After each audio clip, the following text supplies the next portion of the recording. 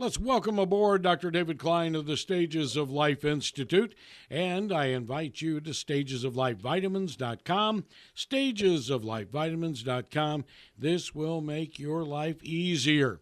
Now, Doctor, we wanted to talk today about liver disease. What do we know? Okay, well, the problem here, and we all understand what the liver's all about. It's the source of that marvelous pate that we like to go and buy at Publix and so on and so forth. But the liver is your friend. Must be protected. It's a large organ. It's largely purplish in color when it's healthy. And when it's not so healthy, it starts to turn a little bit yellowish, then a little bit whitish. And that's just about the time that your belly starts to expand, your legs start to swell, and you start shortening the days of your lives. So what does the liver do? Principally, it's an organ of detoxification. Your body consumes fuel from the outside. It gets absorbed by the gut.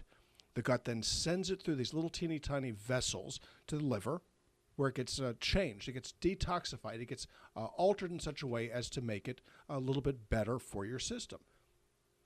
Is the liver the largest organ of detoxification in your body? And the answer is no, it really isn't. Skin is larger. What else does the job even more? And then that would be the lungs.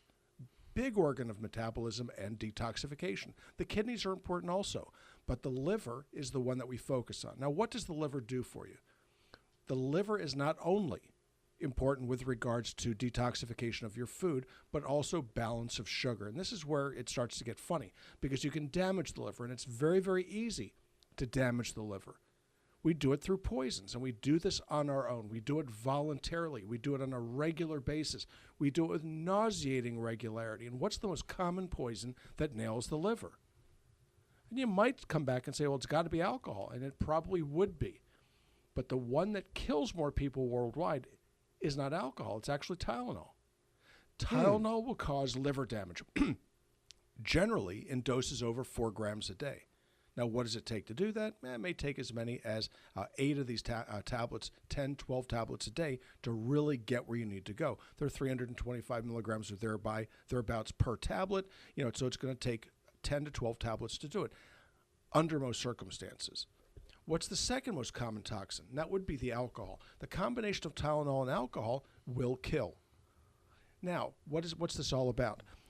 We need to look at the liver and understand that it doesn't just simply take a beating, but over a period of time, it'll start to cry. And this is when you go to the doctor's office and they draw blood, and they're looking for your liver enzymes. And you'll be told the following: well, your liver enzymes are a little bit elevated. You need to slow down on your consumption of X, Y, and Z. That's the first message that people typically get, but it's a very, very important message, because by the time you start seeing damage to the liver cells called hepatocytes, because of the alcohol or whatever else you're doing, it's already in many ways a little bit too late. The process is already starting. You can spread it out. You can make it a whole lot less likely to take your life, but the process has already started.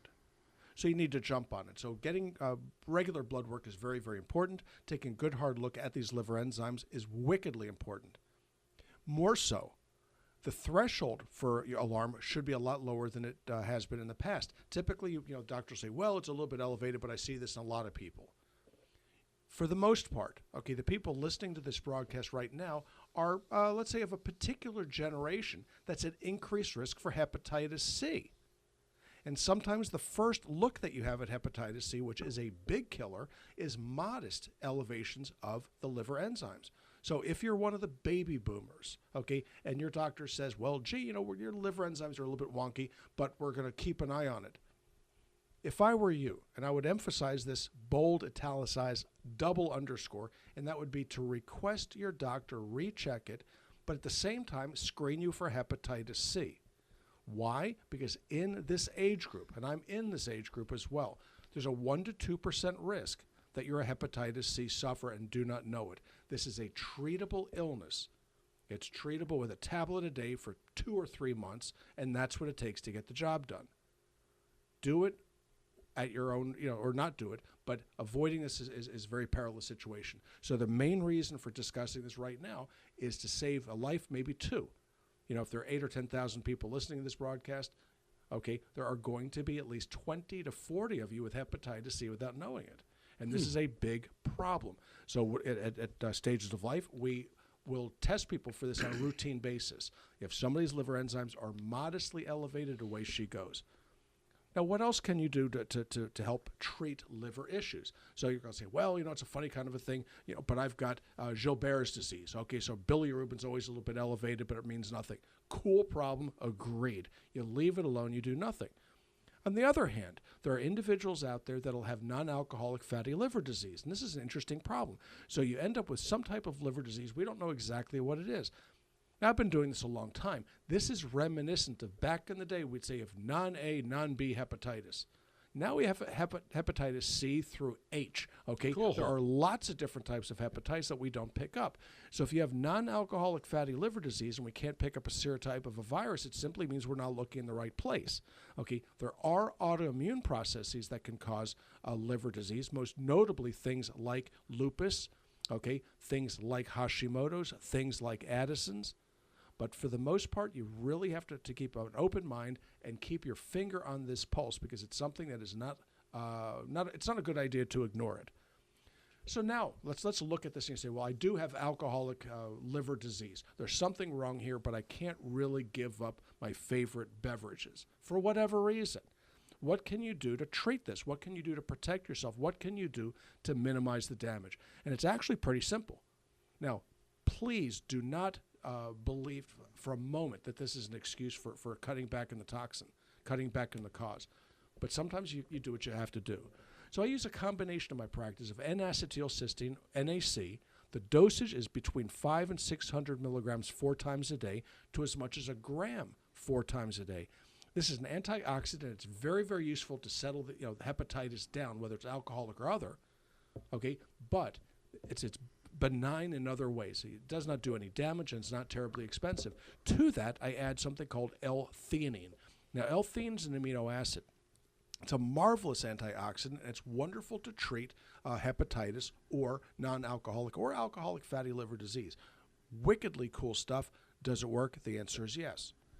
Now, what other types of liver problems can we see? We can see autoimmune hepatitis.